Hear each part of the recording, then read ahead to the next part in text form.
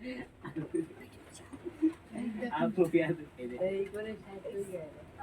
लोग आज चर्चा करेंगे 10th हिंदी बहादुर चैप्टर का, ठीक ना।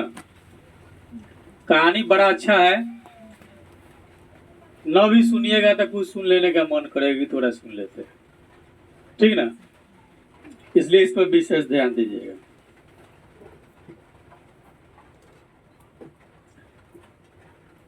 कहानी के लेखक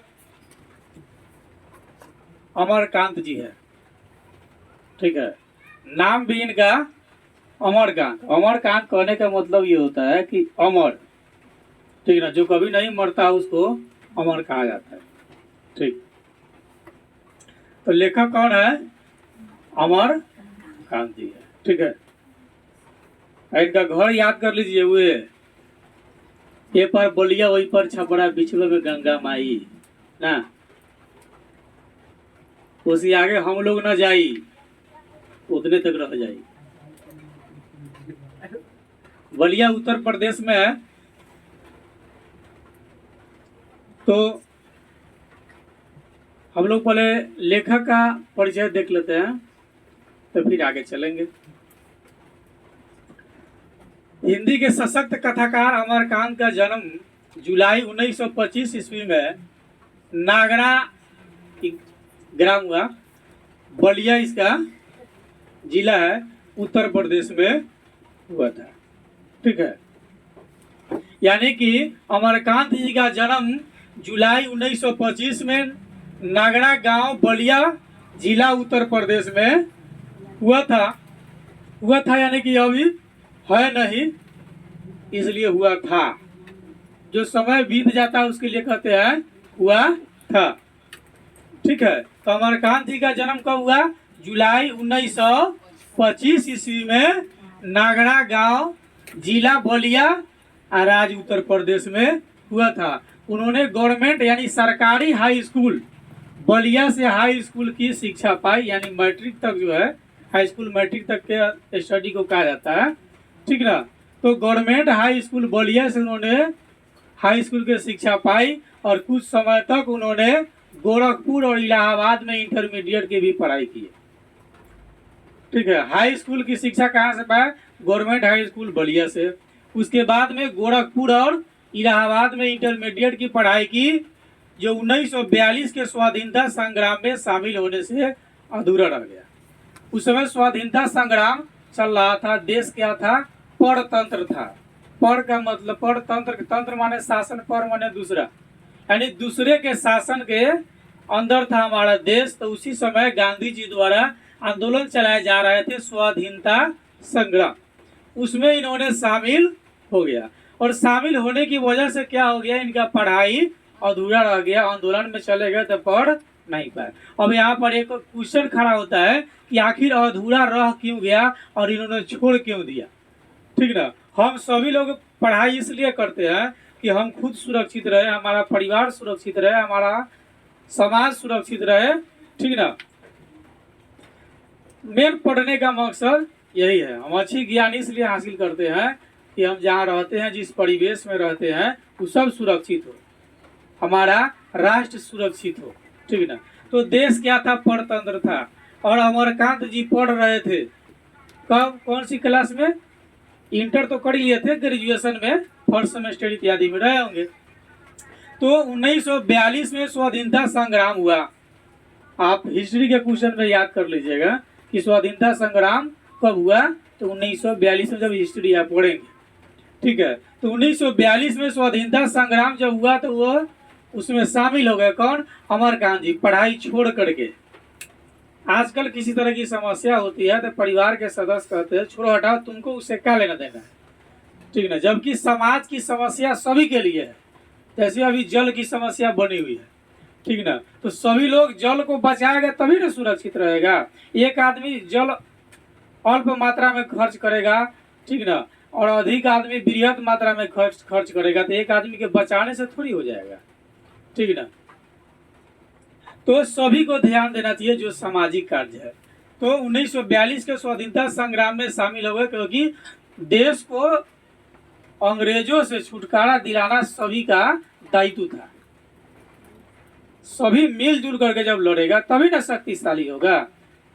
जैसे हिंदू समाज अभी भी विखंडित रहता है, ठीक ना। अन्य समाज जैसे मुस्लिम समाज है, लगभग 1906 ईस्वी के आसपास में उसका प्रादुर्भाव हुआ भारत में, और अभी इतना चरम सीमा तक चल गया कि पूरी दुनिया में जो है एक बार हाँ करता है तो सभी लोग हाँ करता है। ईद के चांद 20 दिन देखेगा तो सभी लोग एक ही दिन देखेगा,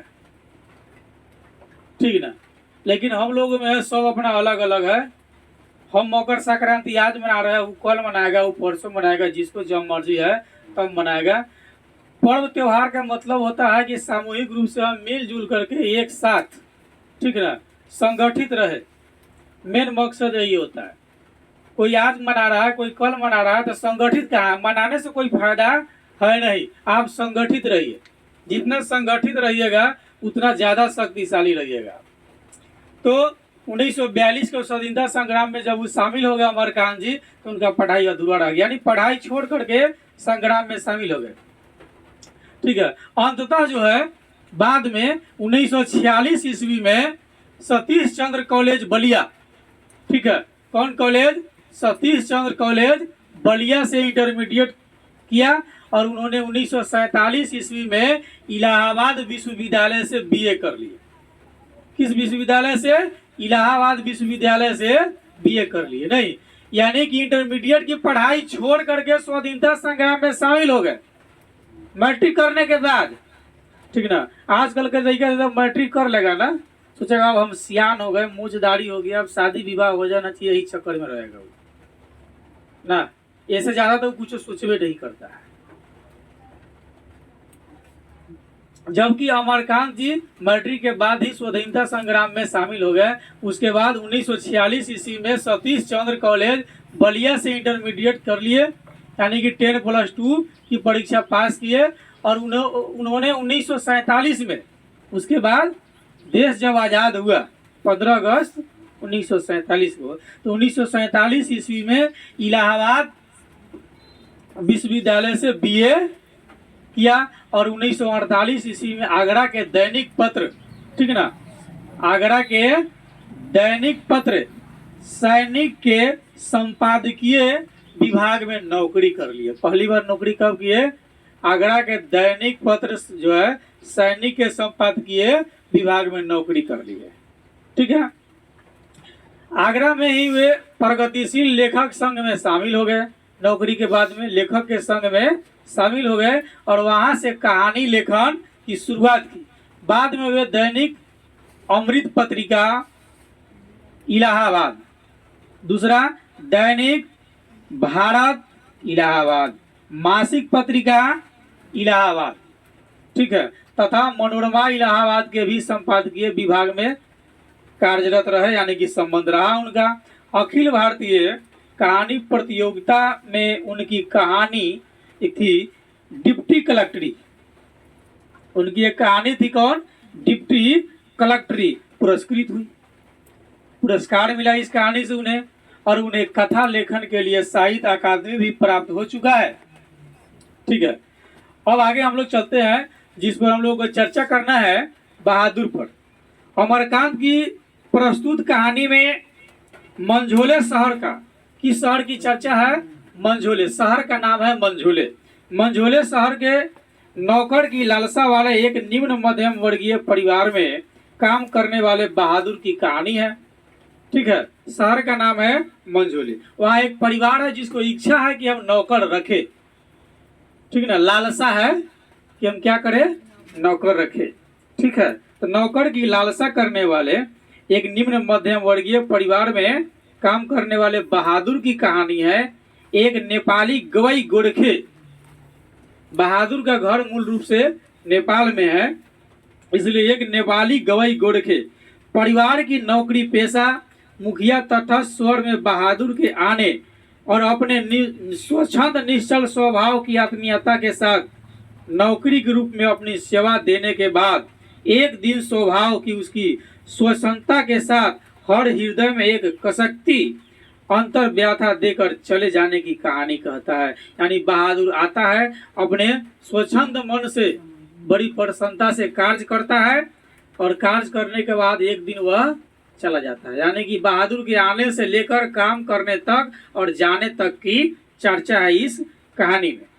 लेखक के घर के भीतर और बाहर के यथार्थ को बिना बनाई सवारी सहज परिपक्व भाषा में पूरी कहानी की बयान करती है, जो हम लोग चर्चा करेंगे।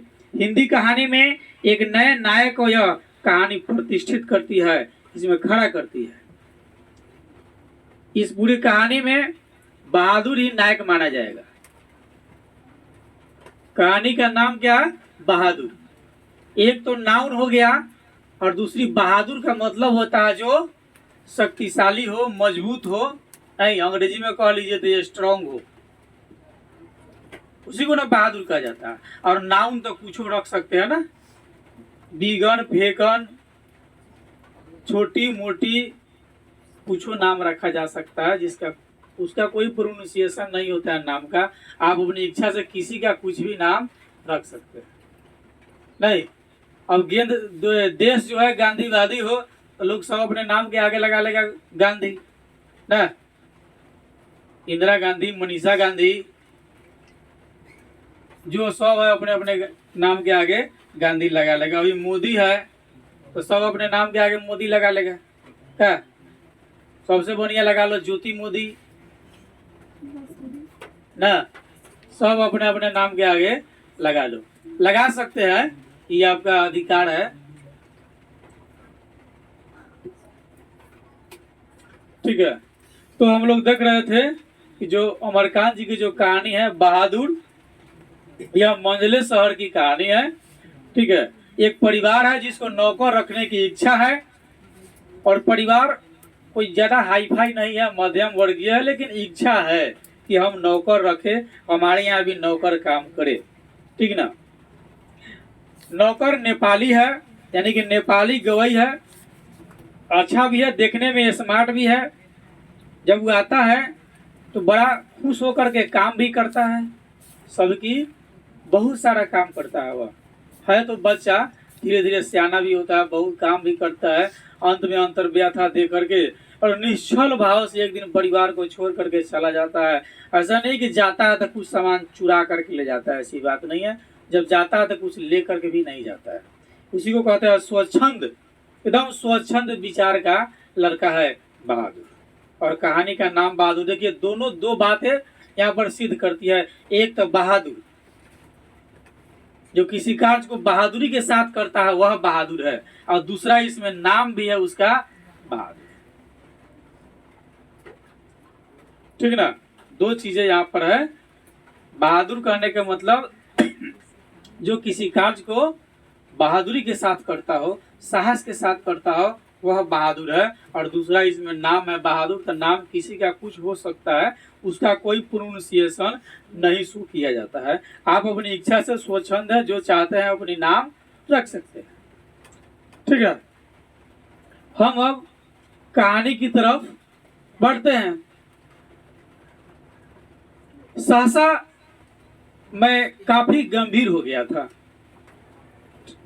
जैसा कि उस व्यक्ति को हो जाना चाहिए जिस पर एक भारी दायित्व आ गया हो। जब किसी व्यक्ति पर भारी दायित्व आ जाता है तो व्यक्ति एकदम गंभीर हो जाता है, शांत हो जाता है।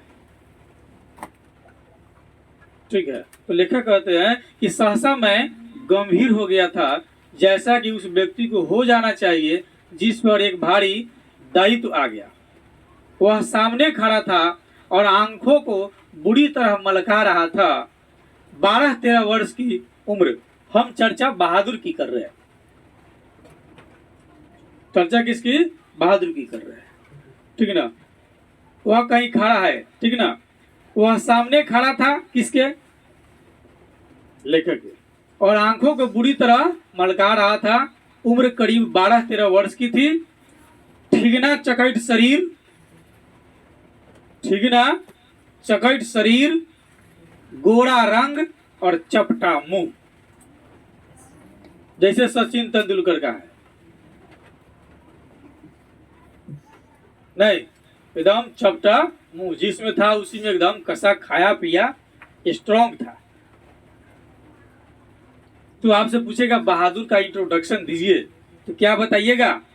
उम्र करीब 12-13 वर्ष, शरीर ठिगना चकैठ, गोरा रंग और चपटा मुंह। ऐसे भी नेपाली लोग का नाक चपटा होता है। हम बहादुर की बुराई नहीं करते हैं, लेकिन नेपाली लोग का अक्सर हिंदुस्तानी के अपेक्षा में नाक चपटा होता है, हिंदुस्तानी का खड़ा होता है, नेपाली लोग का ज्यादा नीचे की तरफ होता है। ठिगना चकैठ शरीर, रंग गोरा और चपटा मुंह, वह सफेद नेकर, आधी बाह की ही सफेद कमीज और भूरे रंग का पुराना जूता पहने हुआ था। ठीक है, सफेद नेकर, पहले गंजी आती थी, अभी भी आता है, यहाँ तक पहन लीजिएगा, ऐसे विदाउट गला के होता है, ठीक ना, वही पहने हुआ था। पहले बुजुर्ग लोग उसका उपयोग किया करते थे। ठीक है, सफेद नेकर, आधी बाह की सफेद कमीज और भूरे रंग का पुराना जूता पहने हुए था। उसके गले में स्काउट की तरह एक रुमाल बंधा हुआ था, स्टाइलिस्ट, जैसे उसको आप कुछ लोग बांधते हैं टाई, तो उसी तरह से रुमाल बंधा हुआ था। उसको घेर कर परिवार के अन्य लोग खड़े थे। निर्मला चमकती दृष्टि से कभी लड़के को देखती, कभी मुझको और अपने भाई को। निश्चय ही वह पंच बराबर हो गई थी। कौन? निर्मला। निर्मला कभी लड़के को देखती, कभी मुझको देखती, कभी अपने भाई को देखती। ऐसा लगता था कि वह पंच बराबर सभी को देख करके एक नया फैसला सुनाने वाला है। क्योंकि जब पंचायती होता है तो पंच सभी का मुंह को देखता है और समझता है कि कौन दोषी है, कौन निर्दोष है। लोग के देखने के बाद जो है व्यक्ति का सही और गलत डिसीजन होता है कि लोग किसके पक्ष में है। जो सही होगा उसके पक्ष में होगा, जो गलत होगा उसके पक्ष में नहीं होगा। तो पंच जो है सभी लोग का मुख दिखता है। ठीक उसी तरह से यहाँ पर निर्मला जो है सभी लोग को मुख पर देख रही है। कभी लड़के को देख रही है, कभी लेखक की तरफ देख रही है, कभी अपने भाई की तरफ देख रही है। ऐसा लगता है वह पंच के बराबर हो गई है। उसको लेकर मेरे साले साहब आए थे। नौकर रखना कई कारणों से बहुत जरूरी हो गया था परिवार में। परिवार का कार्य अधिक रहा या किसी भी कारण से, लेकिन परिवार में नौकर रखना बहुत जरूरी था। मेरे सभी भाई और रिश्तेदार अच्छे ओहदे पर थे, सब पढ़े लिखे लोग थे और उन सभी के यहाँ नौकर थे। लेखक कहते हैं कि नौकर रखना कई कारणों से जरूरी हो गया था, क्योंकि मेरे सभी भाई और रिश्तेदार अच्छे ओहदे पर थे और उन सभी के यहाँ नौकर थे। मैं जब बहन की शादी में गया तो वहाँ नौकरों का सुख देखा। मेरी दोनों भाभियाँ रानी की तरह बैठकर चरपाई तोड़ती थी ना। वो खाई पी मोटी मोटी बैठी बैठी अपना दिन भर कहानी चल रहा है। नहीं, उसी को ना चरपाई तोड़ना कहता है। ऐसा थोड़ी है कि चरपाई पर बैठेगा तो टूट जाएगा ना। चरपाई समझते हैं, खटिया को कहा जाता है। नहीं, लेखक जब गया अपने बहन गया तो देखा उसके यहाँ नौकर चाकर सभी काम कर रहे हैं और भाभिया सब लोग बैठ करके आराम से चरपाई पर कहानी कह रही है, यानी चरपाई तोड़ रही है बैठ करके। काम कौन है नहीं, क्या करेगा। नौकर चाकर सभी काम को कर रहे हैं, जबकि निर्मला को सवेरे से लेकर रात तक खटना पड़ता था। मैं ईर्ष्या से जल गया। उसके बाद नौकरी पर वापस आया तो निर्मला दोनों जून नौकर चाकर की माला जपने लगी। एकदम सुबह से लेकर शाम तक नौकर। जब खाने आए लेखक, नौकर रहता तो बड़ा अच्छा बात होता। नौकर रहता तो फलाने काम को कर लेता। मतलब दिन रात नौकर की चर्चा निरंतर करती रहती थी। मतलब सुबह से शाम तक नौकर की माला जपती हुई रहती थी। उसकी तरह अभागिन और दुखिया स्त्री और भी कोई इस दुनिया में होगी? वे लोग दूसरे होते हैं जिसके भाग में नौकर का सुख होता है। एक हम है, ऐसा निर्मला कह रही है। निर्मला कह रही है कि वे लोग दूसरे होते हैं जिसके भाग में नौकर चाकर का सुख होता है। एक हम है, सुबह से लेकर शाम तक बैल की तरह खटते रहते हैं, खटते रहते हैं। नहीं, औरत लोग का जो है ना, एक दूसरे से जिज्ञासा ज्यादा, जलती ज्यादा है, जलने की प्रवृत्ति उसमें ज्यादा होती है। ईर्ष्या ज़्यादा होती है, घृणा भी होता है। एक दूसरे को सुख को देकर वो ज़्यादा परेशान होती है। कहती है भाभिया लोग चरपाई तोड़ती है, हम सुबह से लेकर शाम तक खटते रहते हैं, खटते रहते हैं, साहब खटते खटते तो 100 बीमारी हो गया हमारे अंदर ना। जबकि उचित यही है कि व्यक्ति जितना मेहनत करता है उतना स्वस्थ रहता है। ज़्यादा बैठ करके रहिएगा, शरीर बीमार हो जाएगा। आजकल अधिक बीमारियां क्यों हो रही है पता है? पहले के सभी लोग अधिक मेहनत करते थे, आजकल के लोग मेहनत नहीं करते। पहले के घर के जो स्त्री होती थी, बाहर से पुरुष कहीं से मजदूरी इत्यादि करके विभिन्न प्रकार के गेहूं, धान और अन्य खाद्य पदार्थ मजदूरी करके लाते थे। तो महिलाएं जो है उसको कूटती थी, पीसती थी और तब भोजन बनाती थी और तब खाती थी। आजकल की महिलाएं बेड पर से उठेगी पहले चाय नहीं, जबकि चाय में सबको पता है चाय पत्ती में कई सारी अवशिष्ट चीज मिलाई जाती है। दूसरी बात, चाय जब हम बनाएंगे देखो चाय पत्ती निकोटीन का मिला हुआ है जिससे लीवर कैंसर हो जाएगा। और दूसरी बात, दूध में अन्य चीज मिला करके नहीं खाना चाहिए, तो हम मिला करके चाय बनाते हैं, ठीक ना। और तीसरी बात, उसमें हम चीनी डालते हैं। चीनी में बहुत सारा केमिकल डाला जाता है, जो अधिकतम चीनी के सेवन से व्यक्ति का जो है शरीर का हड्डी कमजोर हो जाएगा, यानी शरीर में कैल्शियम की कमी हो जाएगी। आजकल देखिएगा ना, लोग का एक पैर हल्का फिसला कि पांव टूट गया। नहीं, पहले ये सब बात नहीं थी। पहले के लोग स्ट्रांग था, एक आदमी 1 कुंटल का बोझा उठा करके चल देता था। आजकल 50 किलो किसी को लाद दीजिए वहीं पर हो जाएगा, हो सकता है गर्दन भी गायब हो जाए, कल से गर्दन का पट्टा लगवाना पड़ जाएगा, इतना मजबूत हो गया। और महिलाएं लोग के तो बात छोड़िए दीजिए, वो अपने चाय पीती है, जोरे जोरे बाल बच्चे घर वाला को सबको पिला के कमजोर कर दिया है, और खुद तो कमजोर हो ही गई है। अक्सर आप विभिन्न प्रकार के क्षेत्र में चले जाइए, महिला को लेकर के इतना कमजोर हो गई है जिसका कोई हिसाब नहीं है। खा खा करके बुलंद भी हो गई है। गलती से अगर गिर जाए देहाती क्षेत्र में तो जल्दी उठाओ नहीं होगा, और हड्डी तो पचकेगा, से अलग की बात है। सुबह सुबह चाय पी लिया, उसके बाद में पहले की महिलाएं थी जब सब्जी बनाती थी तो मसाले इत्यादि पीसा जाता था, तेल नहीं खड़ी जाती, सरसों पीसा जाता था, ठीक ना। हल्दी, मरचा, विभिन्न प्रकार की चीजें जो है खुद मेहनत, तो जब पीसती थी तो मेहनत होता था, ब्लड सर्कुलेशन दौड़ता था। आजकल सुबह उठी मसाला रेडीमेड, सब्जी काटने का मशीन रेडीमेड, कुछ कुछ काट दिया, बटन टिपे हो गया। मसाला पीसने का भी मशीन आ गया, डाल दीजिए और गिन गिन नाच करके वो मसाला पीस देगा, कोई मेहनत नहीं है। खा लिया, आराम से सो गया, काम तो है नहीं। तो अच्छा चीज खा रहे हैं, सोए जा रहे हैं तो मोटाइए जाइएगा ना। तो कोनो काम है ये नहीं है, खाए जा रहे हैं तो बीमारी पकड़े करेगा। हम जितना मेहनत करेंगे ब्लड सर्कुलेशन उतना हमारा फास्ट रहेगा, हमको किसी तरह की बीमारी नहीं पकड़ेगी। हम ज्यादा बैठ करके खाएंगे, ब्लड धीरे धीरे धीरे धीरे जाम हो जाएगा, ठीक ना।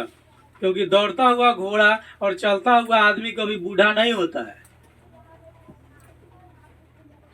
घोड़ा में खास बात होती है, उसको कितनों खिला दीजिए, और खिलाने के बाद जब तक उसको कुछ दौड़ा नहीं देते तब तक उसको संतुष्टि नहीं मिलेगी, उसका अन्न नहीं पचेगा। और जो व्यक्ति जीवन में मतलब निरंतर चलता रहता है वह कभी बीमार नहीं पड़ेगा। रात को खाना खाने के बाद कम से कम 50 कदम जो चलता हो, दिन में खाना खाने के बाद में 10-15 मिनट जो रेस्ट लेता हो, वो आदमी परफेक्ट स्वस्थ रहेगा। सुबह जब सूत करके आप सो करके जब उठते हैं बेड पर से, आपका ब्लड सर्कुलेशन स्लो होता है। उस स्थिति में ना कुछ दूर पैदल चले आप, जब पैदल चलेंगे तो ब्लड सर्कुलेशन फिर जो है वो अपने गति में आ जाएगा, विभिन्न प्रकार की बीमारी होने की संभावना बहुत अल्प मात्रा में रहेगी, ठीक है। तो चलो वो अलग की बात है। महिला लोग ज़्यादा आराम ज़्यादा फरमाती है, काम करना तो चाहती नहीं है। सारा मसाला रेडीमेड, सब्जी में रेडीमेड, चावल मशीन से बन के आता है वो भी रेडीमेड, आटा रेडीमेड। अब कुछ दिन में खाना रेडीमेड मिलेगा जब महिला लोग की हुकूमत चलेगी। एक जमाना था कि महिलाएं केवल खाना बनाती थी, आज जमाना बदल गया है, पुरुष खाना बना रहा, महिलाएं खा रही है। क्या एम आई परफेक्ट? किसी के फीस्ट में जाइए, भोज में खाना कौन बनाता है जी? खाना कौन बनाता है? पुरुष। खाते सभी लोग। हम ये नहीं कह रहे कि खाना बनाने का कार्य केवल महिलाओं का है, लेकिन उसका जो कार्य था सब धीरे धीरे पुरुष ले लिया। महिला का कौन सी कार्य बच गया जो स्पेशल वही कर सकती है, पुरुष नहीं कर सकता है? उसका सभी कार्य धीरे धीरे धीरे धीरे क्या हो गया, उसके हाथ से निकल गया, और वो बैठी बैठी देखती रह जाएगी और सारा कार्य उसके हाथ से गायब है। ये तब हो गया जब महिलाओं ने पुरुष के कार्य की तरफ ध्यान दिया, तब पुरुष ने महिलाओं की तरफ भी ध्यान दे दिया। अब खाने पीने का भी प्रबंध तो पुरुष ही कर लेते हैं। विभिन्न प्रकार के शादी विवाह में जाइए, खाने पीने का व्यवस्था कौन करता है? पुरुष ही बनाता है। और सारी महिलाएं जो आई है, भाभी, चाची, काकी, ना जीजू, क्या जी, सभी लोग बैठ करके खाएंगे। महिला का काम अब बच नहीं गया। घर में भी पहले था कि मसाला पीस ली, चक्की चला रही है, नहीं जी, ढेकी चला रही है, वो सारा बात खत्म हो गया। तो शादी विवाह में अगर ढेकी खोजना पड़ता है तो बड़ी मुश्किल से मिल पाता है, किराए पर लाया जाता है। नहीं, सब चीज किराए पर। कुछ दिन में आदमी भी किराए पर हो जाएगा।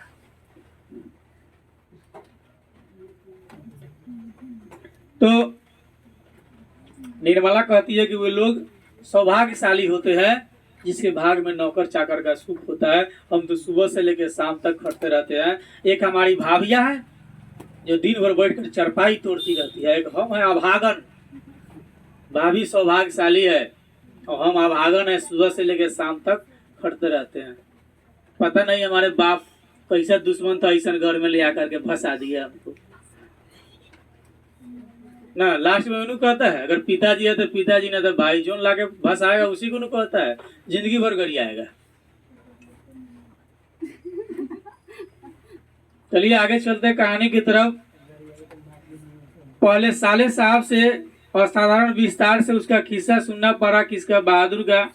वह एक नेपाली था जिसका गांव नेपाल और बिहार की सीमा पर था। नेपाल और बिहार की सीमा, यानी कि नेपाल और बिहार की सीमा दोनों सटल है, ठीक ना। इस पर चले तो बिहार, ऊपर चले जाइए तो नेपाल चले जाइए। क्या? तो वह एक नेपाली था जिसका गांव नेपाल और बिहार के सीमा से सटल था।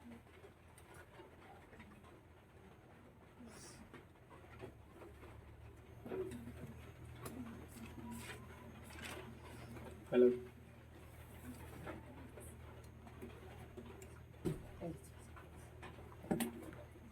ठीक है।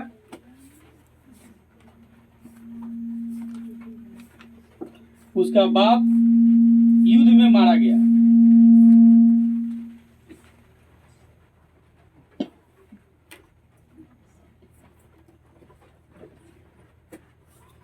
बहादुर जो था उसके पिताजी युद्ध में मारे गए और उनकी माँ सारे परिवार का भरण पोषण करती थी। माँ उसकी बड़ी गुस्सैली थी। किसका? बहादुर का। माँ जो थी बहुत गुस्सैली थी। और स्वाभाविक हो भी सकता है, जिस व्यक्ति के ऊपर परिवार के सारा बोझ होता है ना, वह गुस्सैला प्रवृत्ति का हो भी जाता है। और दिन भर टेंशन झेलता रहेगा जो आदमी, तो गुस्सा में आइए जाएगा।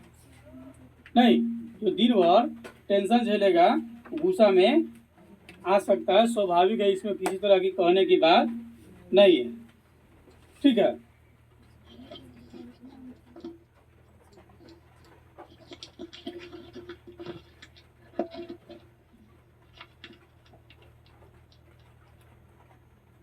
तो बाप उसका युद्ध में मारा गया था और उसकी माँ सारे परिवार का भरण पोषण करती थी। माँ उसकी बड़ी गुस्सैली थी। किसके? बहादुर के। और उसको बहुत मारती थी। किसको?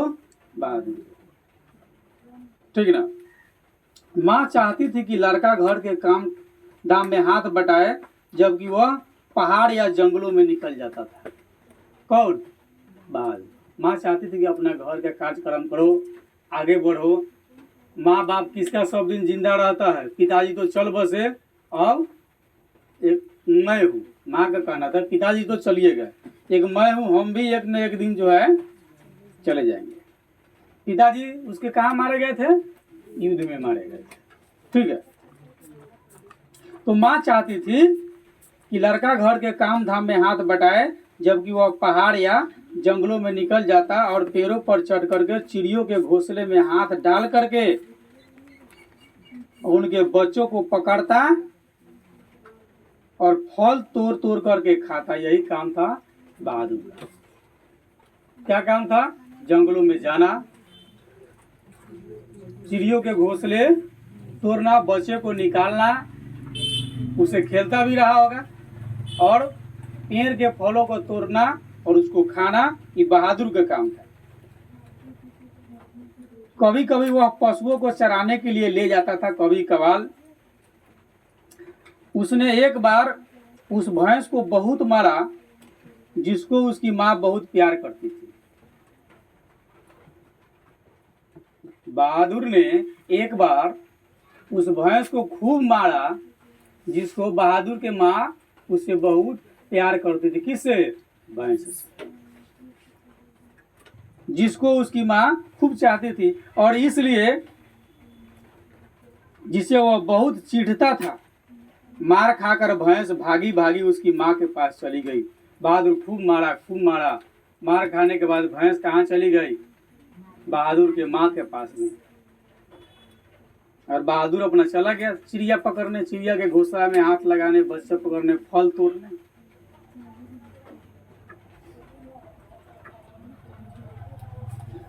माँ कुछ दूरी पर एक खेत में काम कर रही थी। जब माँ भैंस को देखा था उसका माथा ठनका।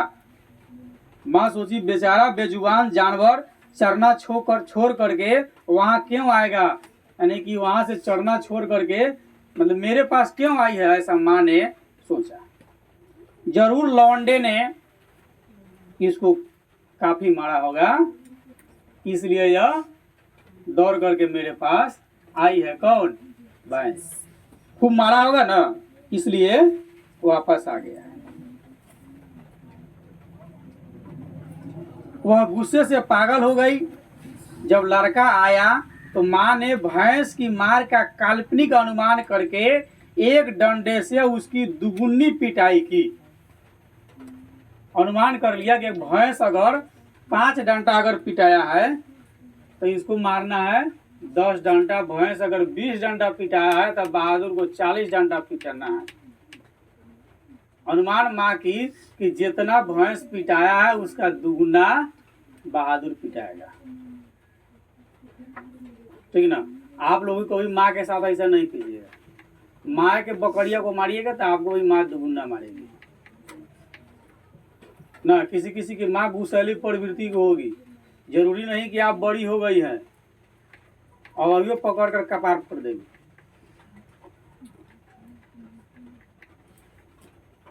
इस सब चीज का हमेशा ख्याल रखिएगा, ना तो घाटा लग जाएगा आप लोगों को।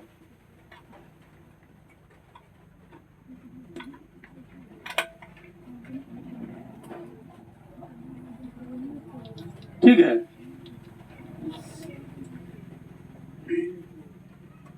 माँ सोच ली कि जितना भैंस को मारा है ना उसका दुगुना करके बहादुर को मारना है। ऐसा वो कल्पना कर ली।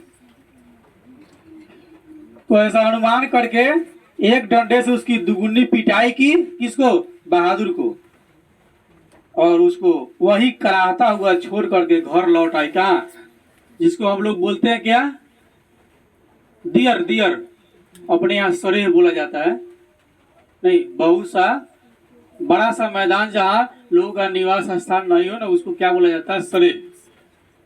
ठीक ना, या दियर में। माँ वहीं पर उसको छोड़ करके चला आया। किसको, बहादुर को। खेत में ही खूब पीटा, यानी भैंस जितना पिटाई थी उसके दुगुना बहादुर को पीटा और बहादुर को कराहता हुआ छोड़ करके और माँ वहां से घर चली आई। भैंस को लेकर के चली आई। बच कौन गया, बहादुर। क्या कर रहे हैं आप?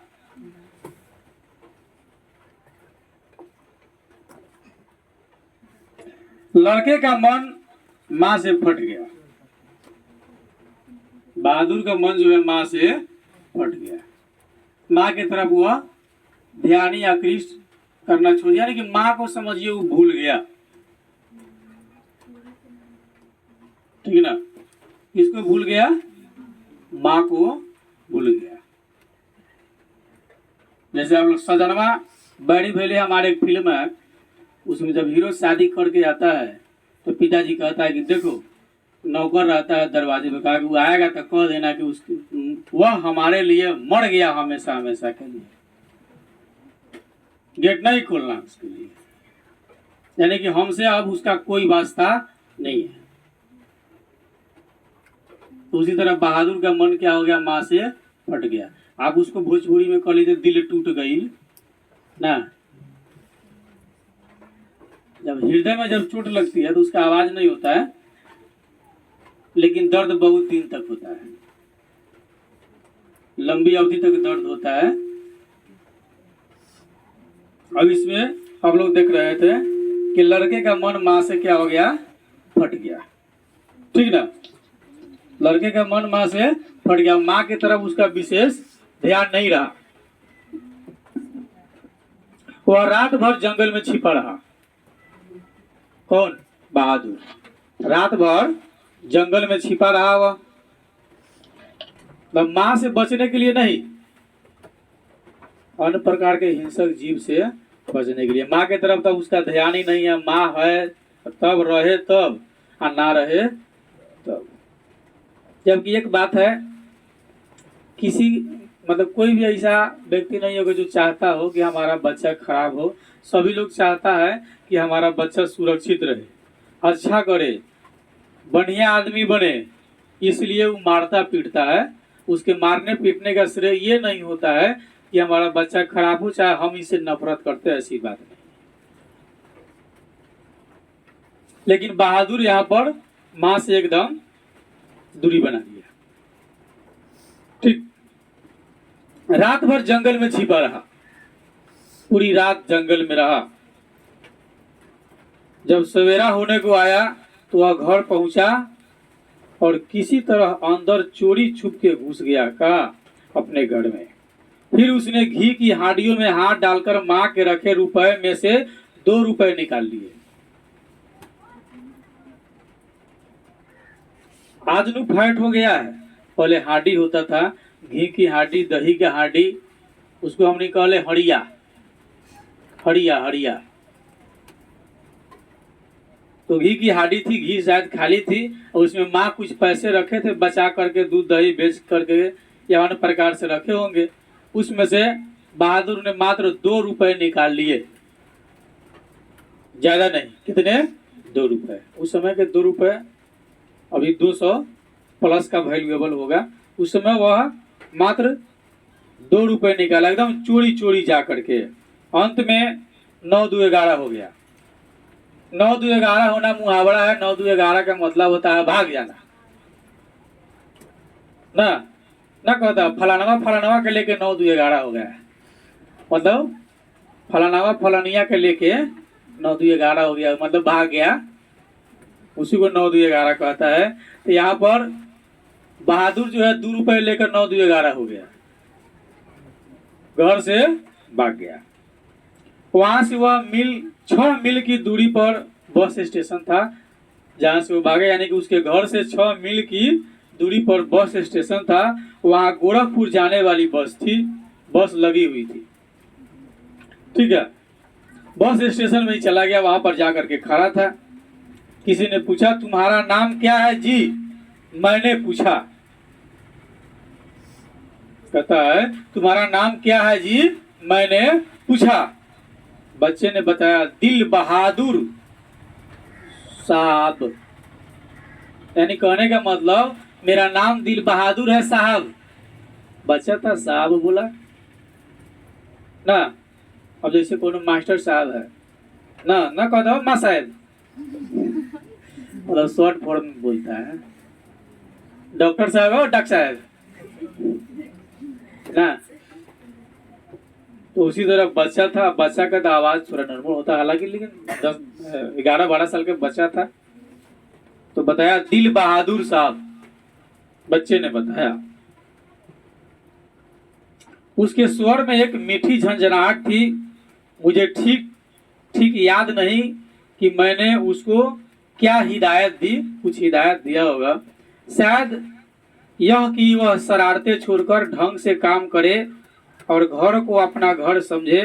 इस घर में नौकर चाकर को बहुत प्यार और इज्जत से रखा जाता है। जो सब खाते पहनते हैं वही नौकर चाकर खाते पहनते हैं। ठीक है ना। लेखक ने उस समय उसको समझाया कि देखो, शरारतें छोड़ करके सही तरीके से काम करो, घर को अपना घर समझो, और इस घर में नौकर चाकर को बहुत प्यार और इज्जत से रखा जाता है। नहीं, आजकल के लोग हैं, आप नई नई किसी आदमी को ले आइए तो एक तो 5 लाख रुपया देगा वो आपको, नहीं 5 लाख रुपया दे करके आपके यहाँ आ जाएगी और आपके घर को घर को खा पका के यहाँ से चल जाएगी, और प्लस आपके 5 लाख के बदले में 10 लाख देना भी पड़ेगा ना। ऐसा होता है, ऐसा भी होता है ना जी। 5 के बदले में 10, आग लगा के मर जाएगी, अब भुगतते रहिए, सारा खानदान को जेल में भेजवा देगी। घर को घर न समझती है तब न, मरते मरते सबके विरुद्ध में गवाही दे के चल जाएगी, फोड़नियो मारी रलक। क्या मान ले पुष्पा ही अपने आएगी, इसके भाई के शादी हो गया रहेगा, अब भौजाई मर जाती, कहे ना सबसे ज्यादा पुष्पा मारती थी, अब एक जेल जाना होगा। यो कुछ दिन बैठ करके खिचड़ी खा करके आएगी। इसलिए सबसे सावधान रहिएगा, ना तो समस्या हो सकता है भाई।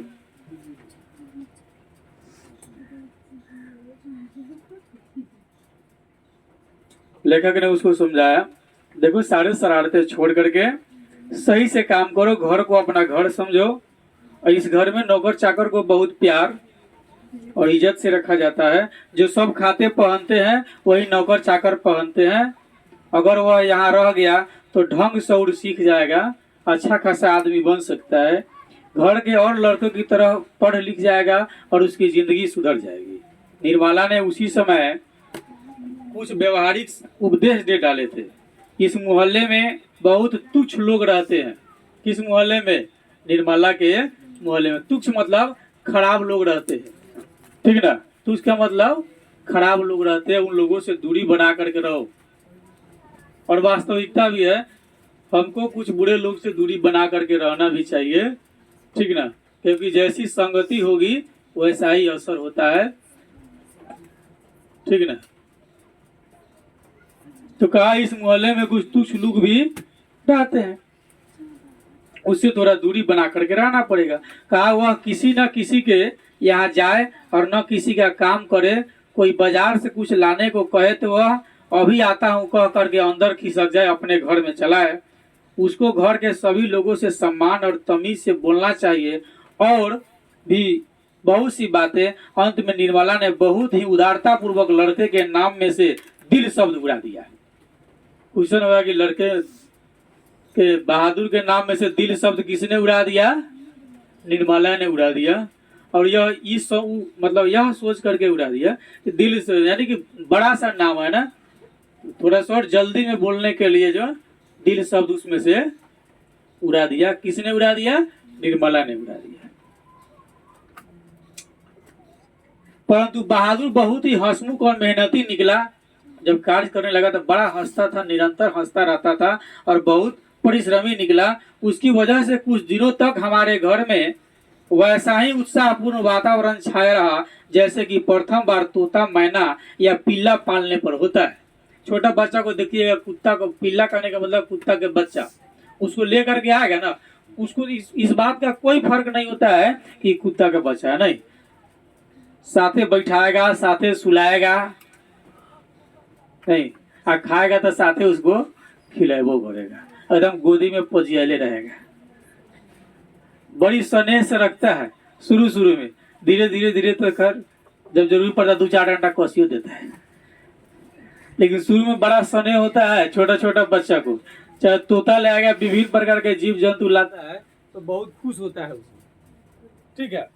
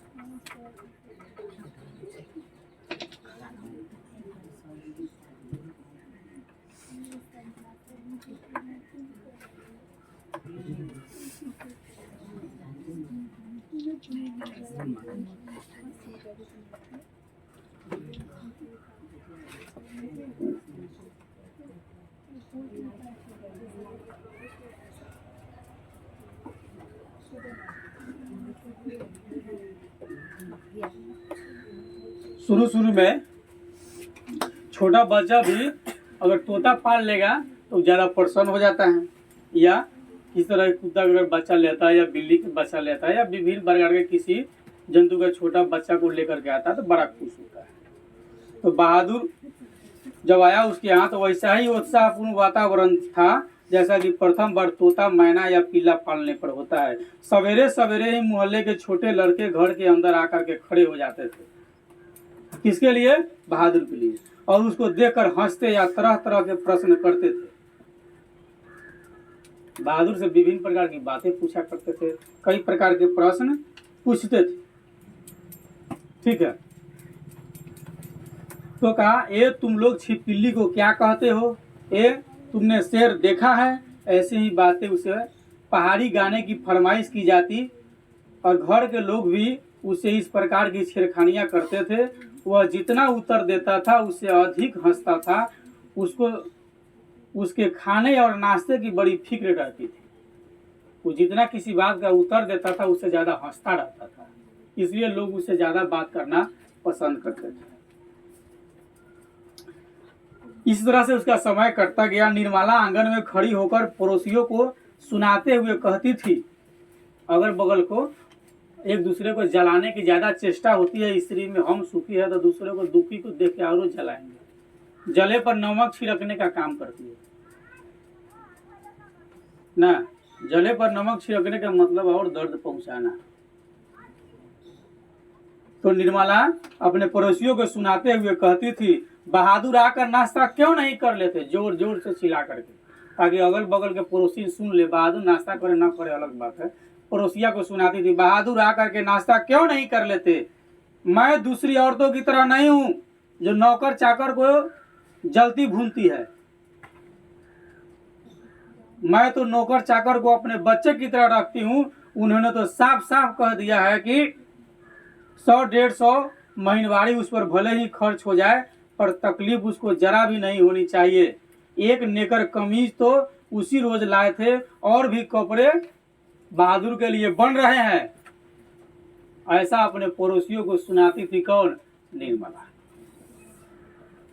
धीरे धीरे वह घर के सारे काम करने लगा। सवेरे ही उठकर वह बाहर नीम के पेड़ से दातुन तोड़ लाता था। वह हाथ का सहारा लिए बिना कुछ दूर तक तने पर दौड़ते हुए चढ़ जाता।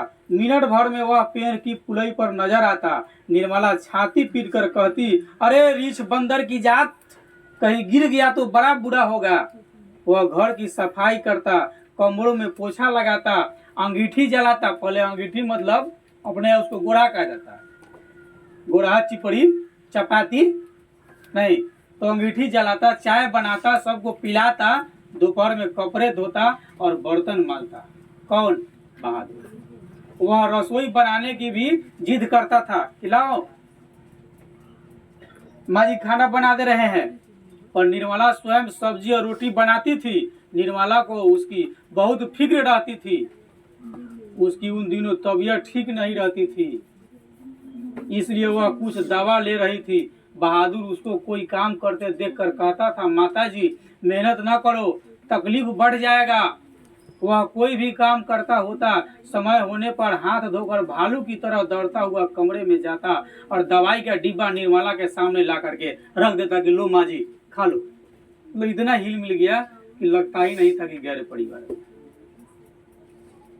जब मैं शाम को दफ्तर से आता तो घर के सभी लोग मेरे पास आकर दिन भर के अपने अनुभव सुनाते थे। बाद में वह भी आता था। वह एक बार मेरी ओर देखकर सिर झुका लेता और धीरे धीरे मुस्कुराने लगता। वह कोई बहुत ही मामूली घटना की रिपोर्ट देता। बाबूजी, बहन जी का एक सहेली आया था।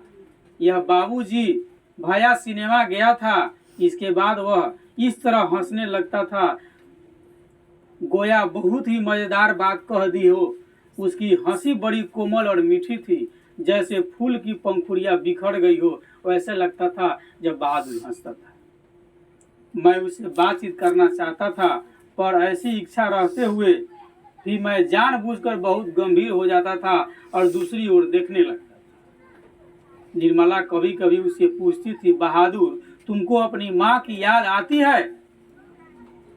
बहादुर कहता नहीं। निर्मला पूछती क्यों? बहादुर बोलता वह मारता क्यों था इतना ककड़ुआ, खूब हंसता था जैसे मार खाना खुशी की बात। यानी कि इसकी रिवाज थी किसी बात को कहना एकदम ठठाकर हंसता हा। का बहू का है मनुआल बना।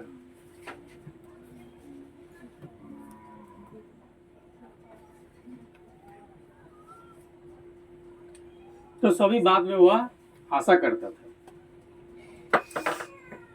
तो कहा तब तुम अपना पैसा माँ के पास कैसे भेजने को कहते हो? बहादुर कहा माँ बाप का कर्जा तो जन्म भर भरा जाता है। और भी वह हंसता था।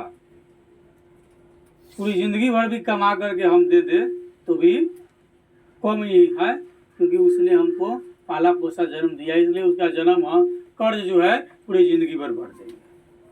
निर्मला ने उसको एक फटी पुरानी दड़ी दे दी थी। घर से वह एक चादर भी ले आया था। रात को काम धाम करने के बाद वह भीतर के बरामदे में एक टूटी हुई बसखट पर अपना बिस्तर बिछाता था। ठीक ना, यानी कि बांस के बना हुआ खाट पर जो है वह अपना बिस्तर बिछा लेता था। वह बिस्तर पर बैठ जाता और अपनी जेब में से कपड़े की एक गोल सी नेपाली टोपी निकाल करके पहन लेता था। ठीक ना, और नेपाली टोपी हमेशा पास रखता था जब बैठता था। ठीक ना, तो नेपाली टोपी सर में क्या कर लेता था, पहन लेता था, जो बाई ओर काफी झुकी रहती थी। फिर वह एक छोटा सा आईना निकालकर बंदर की तरह उसमें अपना मुंह देखता, इधर से उधर से इधर से नीचे ऊपर चारों तरफ देख लेता था। वह बहुत ही प्रसन्न नजर आता था। इसके बाद कुछ और भी चीजें उसके जेब से निकलकर उसके बिस्तर पर सज जाती थी। कुछ गोलियां, पुराने ताश की एक गड्डी, कुछ खूबसूरत पत्थर के टुकड़े, ब्लेड, कागज की नाव समझते हैं ना, बच्चे लोग बनाते हैं। वह कुछ देर तक उनसे खेलता था। उसके बाद वह धीमे धीमे स्वर में गुनगुनाने लगता था। और गाना तो था नेपाली और पहाड़ी, लेखक इत्यादि को ये बातें समझ में आती नहीं थी। लगता था कि गा रहा है, जैसे बिहार में पंजाबी गाना शुरू कर देगा, किसी को समझ में नहीं गा क्या रहा है। नहीं तो वही है, वो अपना गाता था खूब सुर ताल में, लेकिन इन लोगों को समझ में आता उता नहीं था और समझ में नहीं आता था। पर उसकी मीठी उदासी सारे घर में फैल जाती, जैसे कोई पहाड़ के निर्जलता में अपने किसी बिछड़े हुए साथी को बुला रहा था। इस तरह की गाना वो गाता था। दिन बड़े मजे में बीतने लगे। बरसात आ गई थी, पानी रुकता था और बरसता था।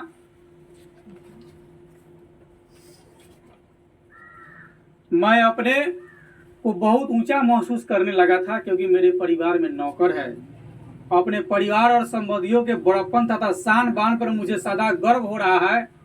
अब मैं मोहल्ले के लोगों को पहले से भी तुच्छ समझने लगा हूँ। जितना आसपास के लोग सबको छोट समझता था। अरे है किसी में औकात जो नौकर रखता है? हम नौकर रखे हुए हैं। यानी मोहल्ले के सभी लोग को कमजोर समझता था, बुर्बक समझता था, अपने आप को बहुत ताकतवर समझता था, समझदार समझता था। मैं किसी से सीधे मुंह बात नहीं करता था। तो कहता और नितेश एक बार ठीक से नहीं ताकते थे, 3 बार बुलाएगा तब तो 1 बार ताकेंगे। इतना पावरफुल आदमी, किसी की ओर ठीक से देखता भी न था, दूसरे के बच्चे को मामूली सी शरारत पर डांट डपट देता था। कई बार पड़ोसियों को सुना चुका था, जिसके पास कलेजा है वही आजकल नौकर रख सकता है।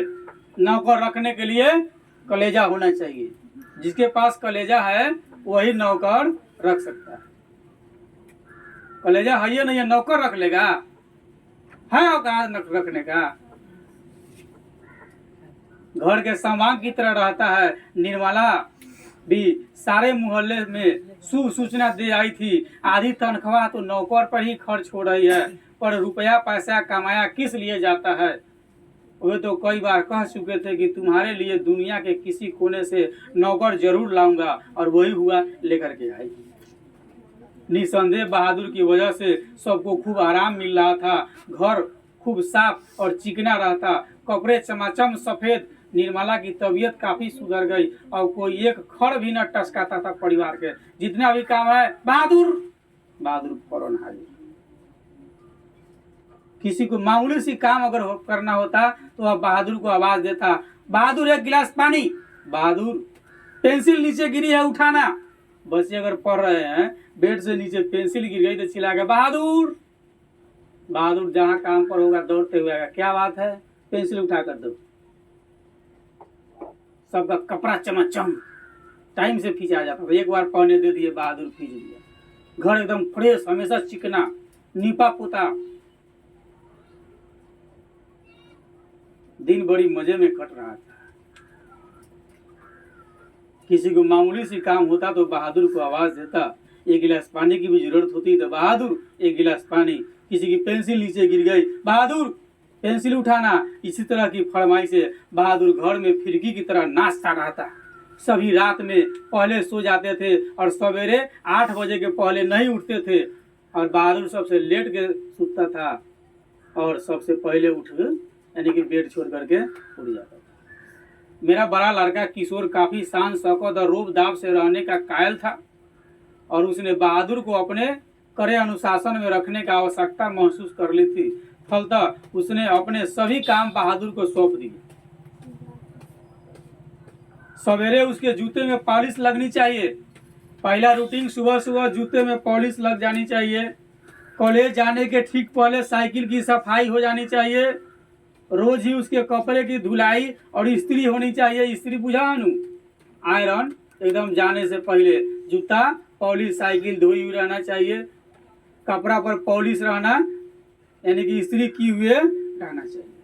और रात में सोने से पहले वह नित बहादुर से अपने शरीर की मालिश कराता, मुक्का भी लगवाता। और इतनी सारी फरमाइश की पूर्ति में कभी कभी कोई गड़बड़ी अगर हो जाती, जब ऐसा होता किशोर गर्जन तर्जन करने लगता, उसको बुरी बुरी गालियां देता और उसे पर जब चाहता था हाथ चला देता, पीट देता। मार खाकर बहादुर एक कोने में खड़ा हो जाता, चुपचाप, वह कुछ नहीं बोल पाता था, जब मौन। और बोले तो बोले किसे के भाई दुनिया में होकर सुने वाला केहू है, केहू नहीं के, चुपचाप खड़ा हो जाता। देख बे, किशोर चेतावनी देता, मेरा काम सबसे पहले होना चाहिए। किसी का काम हो चाहे नहीं हो, पहले मेरा काम करो, और नहीं तो मार मार करके क्या चुकुंदर बना देंगे। अगर काम भी छूटा तो मारते मारते हुलिया टाइट कर दूंगा और बहुत सारी गालियां। कहता कामचोर, करता तू क्या है, तू बैठा बैठा खाता रहता है। रोज ही कोई ना कोई ऐसी बात होने लगी जिसकी रिपोर्ट पत्नी मुझे देती थी। मैंने किशोर को मना किया पर वह नहीं माना, तो मैंने यह सोचकर छोड़ दिया कि थोड़ा बहुत यह चलता ही रहता है, फिर एक हाथ से ताली कहाँ बजती है। बहादुर भी कहीं बदमाशी करता होगा। और एक दिन जब मैं दफ्तर से आया तो मैंने किशोर को एक डंडे से बहादुर की पिटाई करते हुए देखा। निर्मला कुछ दूर पर खड़ी होकर हाँ हाँ करती हुई मना कर रही थी। पहले लेखक को बताया गया कि बहादुर को किशोर मारता है, तो लेखक समझा कि हो सकता है एक हाथ से ताली थोड़ी बजल है जी, एक हाथ से थोड़ी ताली बजी कि बज जाए, यहाँ तो एक ही हाथ से नहीं बज रहा है। बहादुर की क्या गलती है? और दिन भर काम करते हुए रहता है, छुट्टी मिलेगा तब न होगा।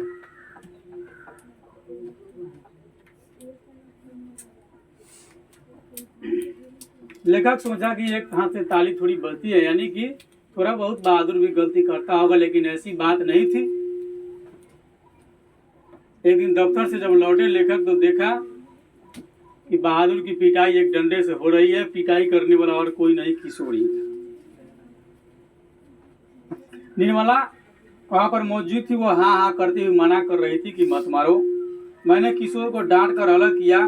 कारण यह था कि शाम को साइकिल की सफाई करना बहादुर भूल गया था। किशोर ने उसको मारा तथा गालियां दी, तो उसने उसका काम करने से इनकार कर दिया, कहा कि आज से तुम्हारा काम नहीं करेंगे, जाओ तुम अपना काम तुम खुद करो। कहा तुम साइकिल साफ क्यों नहीं करते? मैंने उससे कड़ाई से पूछा, लेखक ने पूछा कि बहादुर साइकिल को साफ क्यों नहीं करते हो? तो बहादुर ने कहा बाबूजी, भैया ने मेरे बाप को क्यों लाकर खड़ा किया, बाप के बारे में क्यों कहा? वह रोते हुए बोला, मैं जानता था कि किशोर उसको और भी भद्दी गालियां देता था, लेकिन आज उसने सुअर का बच्चा कहा था, जो उसे बर्दाश्त न हुआ। निसंदेह वह गाली उसके बाप पर ही पड़ती है। मुझे कुछ हंसी आ गई। खैर, किशोर के व्यवहार को अच्छा नहीं कहा जा सकता, गलत व्यवहार है, पर गृहस्वामी होने के कारण मुझ पर कुछ और गंभीर दायित्व भी थे। मैंने उसे समझाया, बहादुर ये आदतें ठीक नहीं है, तुम ठीक से काम करोगे तो तुमको कोई कुछ नहीं कहेगा। मेहनत बहुत अच्छी चीज है, जो उसने बचने की कोशिश करता है मेहनत से, वह कुछ भी हासिल नहीं कर सकता था। तो बहादुर को जब यह बात समझ में आता तो घर से भागता, भैंस चराने जाता था, भैंस को खूब पीटता वो, बिना मतलब के पहाड़ पर चढ़ता, पेड़ पर चढ़ता, चिड़ै के खोता में हाथ लगाता और फल तोड़ करके जीवन यापन करता। लेखक समझा के देखो, मेहनत बहुत अच्छी चीज है, जो मेहनत से भागता है जिंदगी भर रोता है।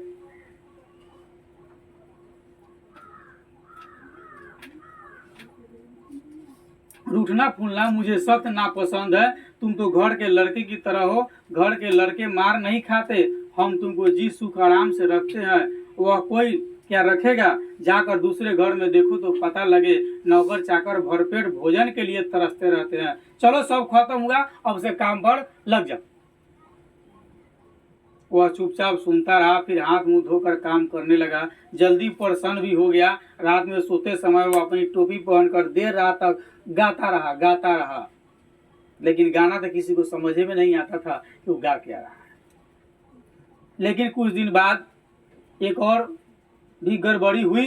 निर्मला बहुत पतली पतली रोटियां सेकती थी, इसलिए वह रोटी बनाने का काम अभी भी बहादुर से नहीं लेती थी, लेकिन मोहल्ले की किसी औरत ने उसको आकर के सिखा दिया, हो गया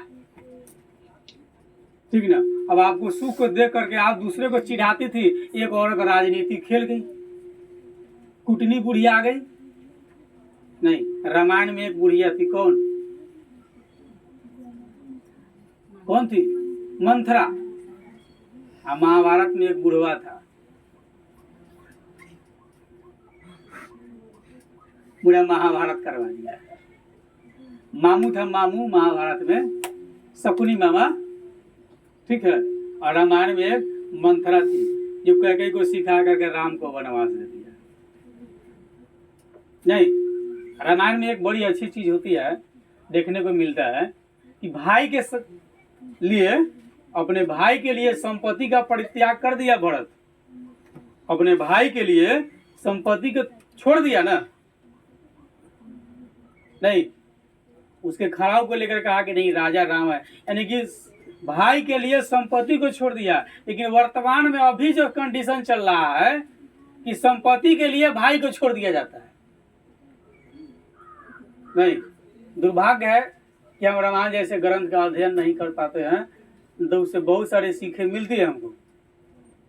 उसमें भाई के लिए संपत्ति को छोड़ दिया गया और आज संपत्ति के लिए भाई को छोड़ दिया जाता है।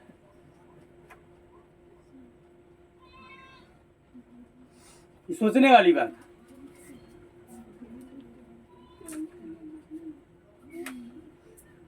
चलिए अगले दिन हम लोग चर्चा करते हैं लव बहादुर के साथ क्या हुआ।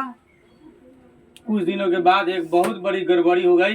निर्मला बहुत पतली पतली रोटियां सेकती थी और निर्मला को मतलब उसके आसपास के किसी औरत ने, मोहल्ले वाली ने आकर के सिखा दिया। किसको? निर्मला को। नहीं, और निर्मला को इस बात का ज्ञान नहीं कि हमको सिखा रहा है। आप किसी समाज में यदि ज्यादा चैन से रह रहे हैं ना, तो आपको फोड़ने के लिए कोई ना कोई अगल बगल वाला आपके सुख को देकर उजलता है, और इस चक्कर में वो आकर आपके परिवार में किसी न किसी को आकर के उल्टा सीधा पढ़ा देगा।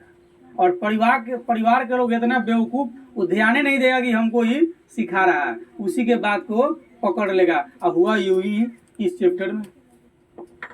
निर्मला बहुत पतली पतली रोटियां सेकती थी, लेकिन मोहल्ले की किसी औरत ने उसे एक दिन आकर के सिखा दिया कि परिवार के लिए रोटियां बनाने के बाद वह बहादुर से कहे कि वो अपनी रोटी खुद बना ले बहादुर। जबकि शुरू में बहादुर कहता था कि माँ जी आप फटिए, हम खाना बना दे रहे हैं, लेकिन माँ जी कहते नहीं नहीं नहीं, नौकर चाकर से खाना नहीं बनवाएंगे।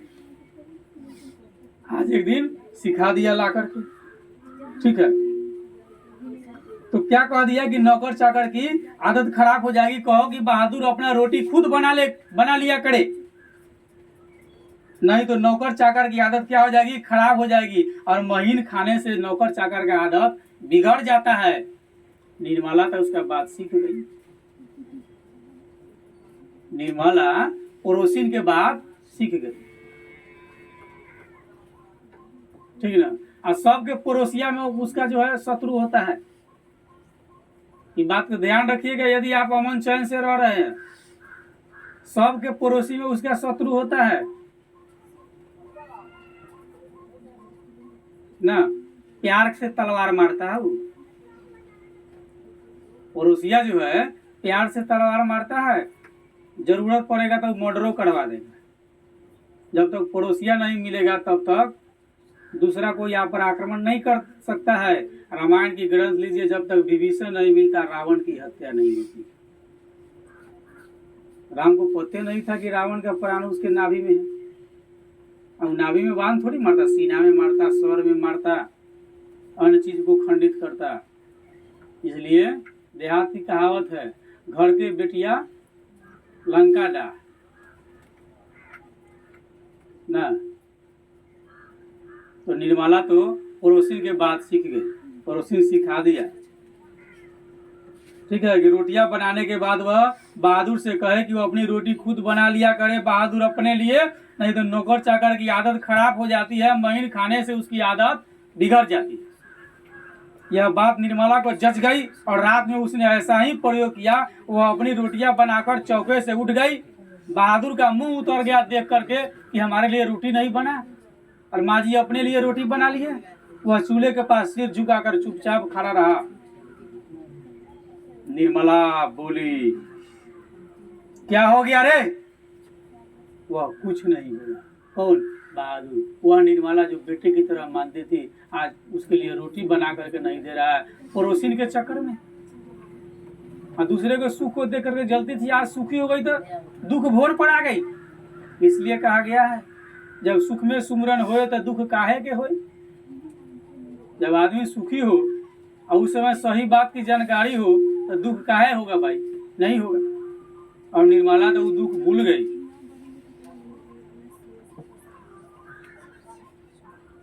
चल चुपचाप बना अपनी रोटियां। तू सोचता है कि मैं तुझे पतली पतली नरम नरम रोटियां सेक कर खिलाऊंगी? तू घर का लड़का है, नौकर चाकर तो अपना बनाकर खाते ही रहते हैं। तीता तो इसको इसलिए लग रहा है कि सारे घर के लिए मैंने रोटियां बनाई, इनको अलग से इनके साथ भेद क्यों किया? वाह रे, इसकी पेट में तो लंबी दाढ़ी है। समझ जा, रोटियां नहीं सेकेगा तो भूखा रहेगा। पर बहादुर उसी तरह खड़ा रहा तो निर्मला का गुस्सा से बुरा हाल हो गया। उसने लपक कर उसके माथे पर 2-3 थप्पड़ जड़ दिए, थपाथप थपाथप। सुअर कहीं के, इसलिए तुझे किशोर मारता है, इसी वजह से तेरी माँ भी मारती होगी। चल बना रोटी। बहादुर नहीं बनाऊंगा, मेरी माँ भी सारे घर की रोटियां बनाकर मुझसे रोटी सेकवाती थी। वह रोने लगा था। बहादुर तो क्या तेरी माँ हूं? तू मुझसे जिद कर रहा है, घर के लड़कों के बराबर बन रहा है, मारते मारते मुंह तोड़ दूंगी तेरे। पर उसने अपने लिए रोटियां नहीं बनाई। मुझे भी बड़ा गुस्सा आया। मैंने उसको डांटा और समझाया पर वह नहीं माना। रात भर वह भूखा सो गया। जिस बहादुर को चिल्ला चिल्ला कर कहती थी, अड़ोस पड़ोस को सुनाया करती थी, वो बहादुर खा ले। बहादुर पर आधी तनख्वाह खर्चा हो रही है। घर के हो बच्चों की तरह नौकर को रखते हैं। आज वही निर्मला उसके साथ क्या भेदभाव कर रही है। बहादुर उस दिन रोटियां बनाया नहीं और रात भर भूखा सो गया।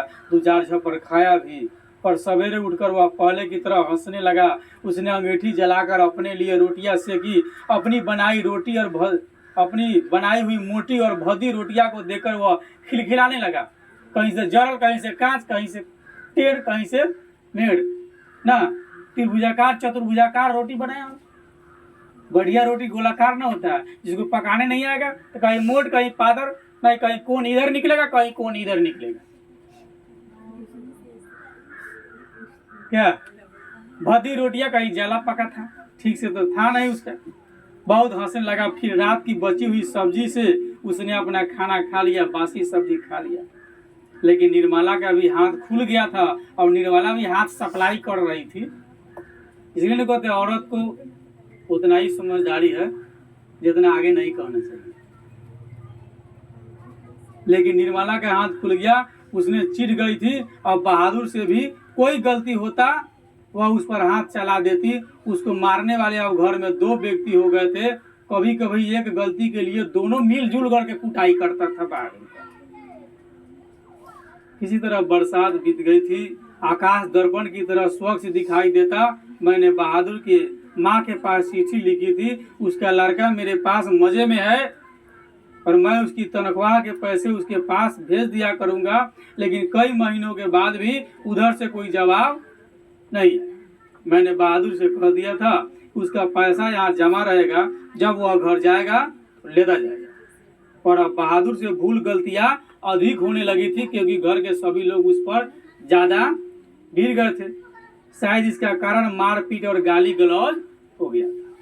ज्यादा मारपीट से बच्चे का याददाश्त भी कमजोर हो जाता है। गाली गलौज से उसका माइंड काम करना बंद कर देता है।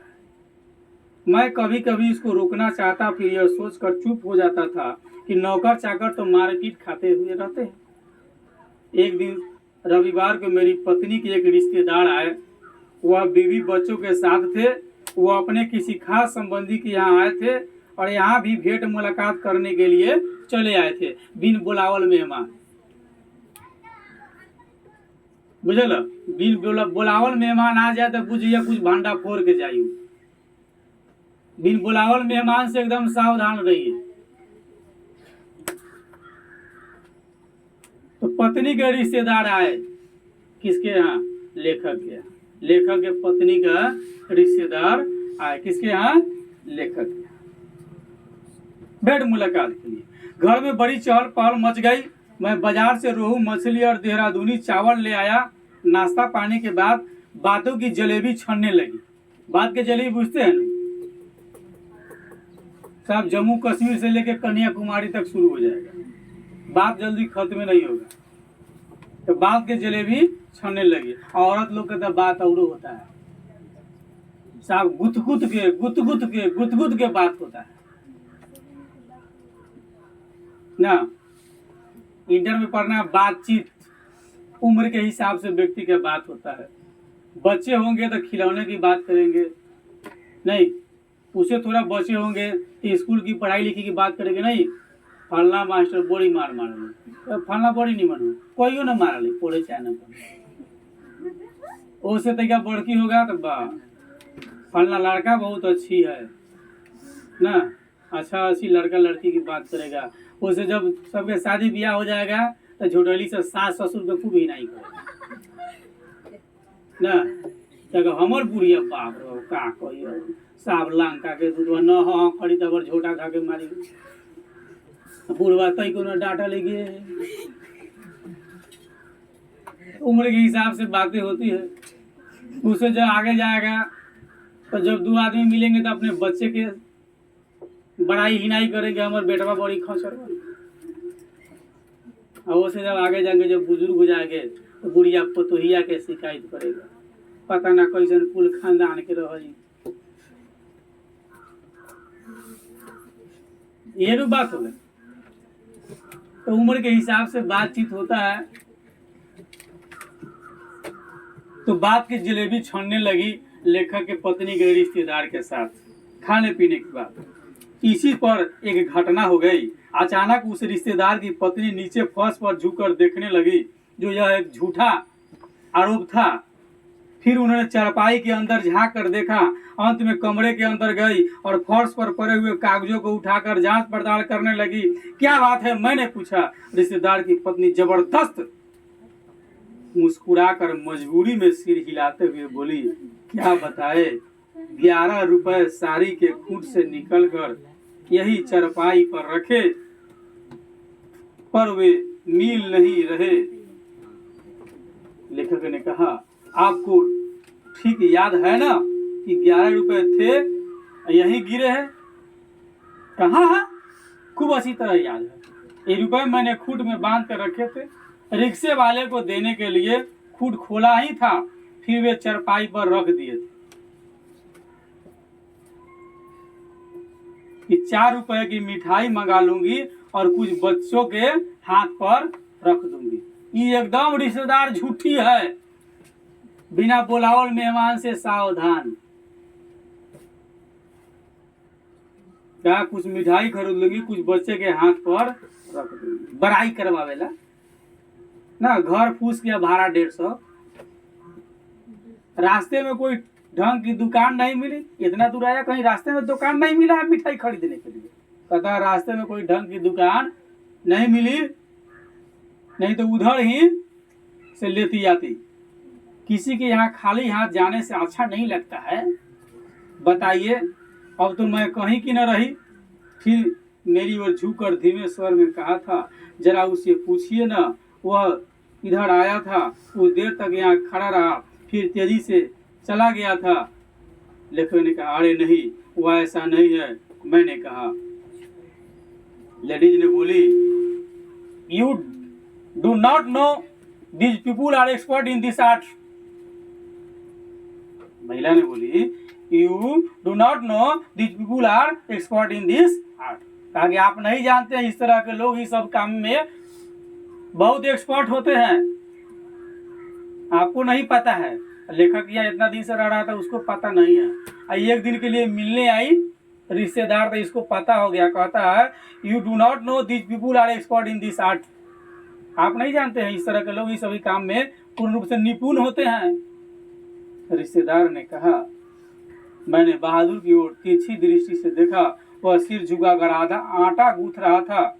उसके चेहरे पर संतुष्टि और प्रफुल्लता थी, क्योंकि चोरी करने वाला का चेहरा उड़ जाता है, उदास हो जाता है, उसके चेहरे पर से रौनक गायब हो जाती है। आप ट्राई कर लीजिएगा, आपकी किसी तरह की सामान चोरी हो जाए, हम साइकोलॉजिकल बात बता रहे हैं। पूछिए कौन चुराया है, जब चुराया होगा उसके चेहरे का रौनक गायब रहेगा। वो लाख कहेगा न, लेकिन उसका चेहरा बताएगा कि यह चोरी किया है। और जो नहीं चुराया होगा तो एकदम बिंदास, देख लो हम नहीं लिए, वो अपने काम में रहेगा। लेकिन चुराया, देख लो चोर का चेहरा बताता है। अभी कहावत में हम लोग पढ़े, चोर के दाढ़ी में तिनका, ठीक ना। चोर के दाढ़ी में क्या होता है? तिनका होता है।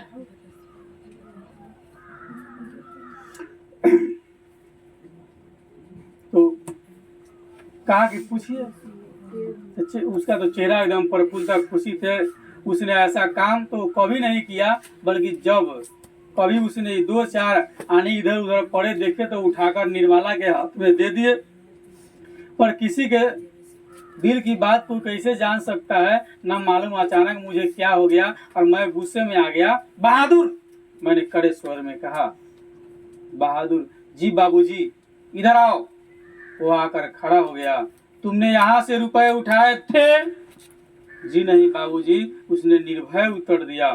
ठीक बताओ, मैं बुरा नहीं मानूंगा। नहीं बाबूजी, मैं लेता तो आपको बता देता। तुम यहाँ खड़े नहीं थे, रिश्तेदार की पत्नी ने कहा, फिर तेजी से बाहर चले गए। देखो भैया, सच सच बता दो, मिठाई खरीदने और बच्चों को देने के लिए ये रुपए रखे थे मैं तो बुरी तरह फंसी।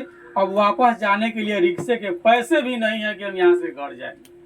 अरे रिश्तेदार महोदय, सीधा कहो ना कि इधर से जाने के लिए पैसा नहीं है, कुछ दे दो। काहे को बेचारे नौकर को फंसा रहे हो? सीधा बोलो कि इधर से जाने का किराया नहीं है, मिलने नहीं आए हैं, कर्जा मांगने आए हैं। और वो कर्जा ऐसा पचौआ कर्जा कहियो नहीं देंगे।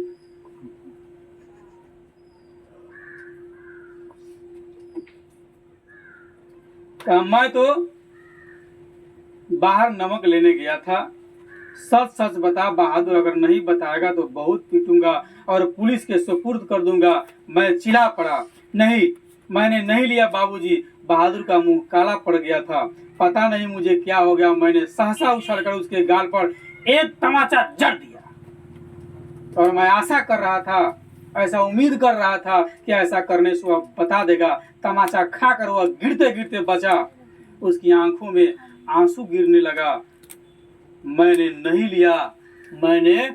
लिया है बाबूजी। इसी समय रिश्तेदार साहब ने एक अजीब हरकत की। अच्छा छोड़िए, इसको पुलिस के पास ले जाता हूँ। रिश्तेदार तो किसी तरह चाहता था जाने का किराया भी ले लूं और इसके घर से नौकर को भी निकलवा दूं। निर्मला चक्की पीसते रहे बैठ कर अकेले, अपना लगी रहे। इसके नौकर को देख करके ना उसको जलन हो रहा। क्या दिमाग लगा? अच्छा छोड़िए, इसको पुलिस के पास ले जाता हूँ। इतना कहकर उन्होंने बहादुर का हाथ पकड़ लिया और उसने दरवाजे की ओर घसीट करके ले गया। बहादुर को कौन? लेखक के पत्नी के रिश्तेदार। और दरवाजे के पास उसे धीरे से बोले, देखो तुम मुझे बता दो, मैं कुछ नहीं करूंगा, बल्कि तुमको 2 रुपए इनाम दूंगा। पर बहादुर ने इनकार कर दिया। इसके बाद रिश्तेदार साहब के 2-3 बार उसको दरवाजे की ओर खींच कर ले गए और पुलिस को देने ही जा रहे हैं, लेकिन आगे बढ़कर वह रुक जाते और उसे धीमे धीमे शब्दों में पूछताछ करने लगते, ऐसा कि लेखक को लगे कि सचमुच में बहादुर पैसा चुराया है। अंत में हार कर उन्होंने उसको छोड़ दिया और वापस आकर चरपाई पर बैठते हुए हंस कर बोले, जाने दीजिए, ये सब बड़े घाघ होते हैं। किसी झाड़ी वाड़ी में छिपा आया होगा या जमीन में गाड़ आया होगा। मैं तो इन सबों को खूब जानता हूँ। भालू बंदर से कम थोड़े होते हैं ये। चलिए, इतना नुकसान लिखा था। इसके बाद निर्मला ने भी उसको डराया धमकाया, 2-4 तमाचे जड़ दिए, पर वह नहीं करता रहा, क्योंकि बहादुर पैसा लिए ही नहीं। इस घटना के बाद बहादुर काफी डांट मार खाने लगा। घर के सभी लोग उसको कुत्ते की तरह दुरदुराया करते। किशोर तो जैसे उसकी जान के पीछे पड़ गया था। वह उदास रहने लगा और काम में लापरवाही भी करने लगा, क्योंकि मारपीट खाने के बाद यूं ही आदमी का मानसिकता थोड़ा खराब हो जाता है। अब 9th की हिंदी में पढ़े हुए, नीमों की मौत भीगी चिड़िया से एक कोने में दुबकी हुई रहती थी, सूखी साग खा करके जीवन यापन करती थी। मारपीट खाने के बाद ऐसे भी व्यक्ति का मानसिकता थोड़ा डैमेज हो जाता है। एक दिन मैं दफ्तर से विलम्ब से आया। निर्मला आंगन में चुपचाप सिर पर हाथ रख कर बैठी थी। हाय राम! अन्य लड़कों को पता नहीं था, केवल लड़की अपनी माँ के पास खड़ी थी। अंगीठी अभी तक नहीं जली थी। आंगन गंदा पड़ा था, बर्तन बिना मले हुए रखे थे, सारा घर जैसे काट रहा था। लेखक निर्मला से पूछे, क्या बात है जी? निर्मला बोली बहादुर भाग गया ना, ऐसा ही नहीं बोली होगी, बहादुर भाग गया। लेकर भाग गया, क्यों भाग गया, क्यों?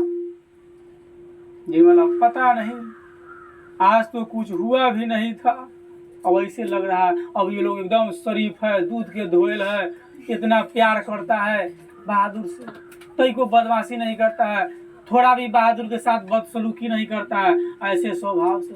हाँ बहादुर भाग गया, आज कुछ हुआ भी नहीं था फिर भी चल गया। हमेशा माता जी किए रहा। दोपहर में खाना खाया, उसके बाद आंगन से सिल बटा लेकर बरामदे में रखने जा रहा था कि सिल हाथ से टूटकर गिर गई और 2 टुकड़े हो गई। शायद इसी डर से वह भाग गया कि लोग हमको मारेंगे, पर मैं इसके लिए उसको थोड़े मारती, थोड़ी कुछ कहती। क्या बताऊं, मेरी किस्मत में आराम ही नहीं है। लेखक कुछ ले गया, यही तो अफसोस है, कोई भी सामान नहीं ले गया। उसके कपड़े, उसका बिस्तरा, उसके जूते सभी छोड़ गया है। पता नहीं उसने हमें क्या समझा। अगर वह कहता तो मैं उसे रोकती थोड़े, बल्कि उसको खूब अच्छी तरह पहना उड़ा कर भेजती, हाथ में उसकी तनख्वाह के रुपए रख देती, 2-4 रुपए और अधिक दे देती, और वह तो कुछ ले ही नहीं गया। लेकर पूछा, और वो 11 रुपए जो तुम्हारे रिश्तेदार के चुराए थे? निर्मला बोली, अरे वह सब तो झूठ है जी, मैं तो पहले ही जानती थी कि वे लोग बच्चों को कुछ देना नहीं चाहते, इसलिए अपनी गलती लाज छिपाने के लिए यह परपंच रच रहे हैं। वह उन लोगों को मैं नहीं जानती, कभी उनके रुपए रास्ते में गुम हो जाते हैं, कभी वे गलती से घर पर छोड़ आते हैं। मेरे कलेजे में तो जैसे कुछ हड़ रहा है। किशोर को भी बड़ा अफसोस है, उसने सारा शहर छान मारा पर बहादुर नहीं मिला। किशोर आकर कहने लगा, अम्मा एक बार भी अगर बहादुर आ जाता तो मैं उसको पकड़ लेता और कभी जाने न देता, उससे माफी मांग लेता और कभी नहीं मारता। सच, अब ऐसा नौकर कभी नहीं मिलेगा, इतना आराम दे गया वह। अगर वह कुछ चुरा कर ले गया होता तो संतोष हो जाता। वह अपनी मेहनत की कुछ राशि लेकर के गया है, अपने मेहनताना कुछ लेकर के गया है। दुर्भाग्य है कुछ चुरा कर भी नहीं ले गया है, और इतना हम लोग को सुख दे गया, इतना काम काज कर करके चला गया। निर्मला आंखों पर आंचल रखकर रोने लगी। हाँ क्या औरत सबको देखिएगा, मुंह तूप लेके खूब सी लगे, अरे बाप रे। नहीं, और बाहर से कोनो देख रहा है कि सांचो को रो रही है कि झूठो को रो रही है ना। देखिए अक्सर जब रोएगी ना तो मुंह जब तोप लिया तब चिल्ला गया। अब बाहर वाला को समझ में नहीं आ रहा ओरिजिनल रो रहा है कि डुप्लीकेट रो रहा है।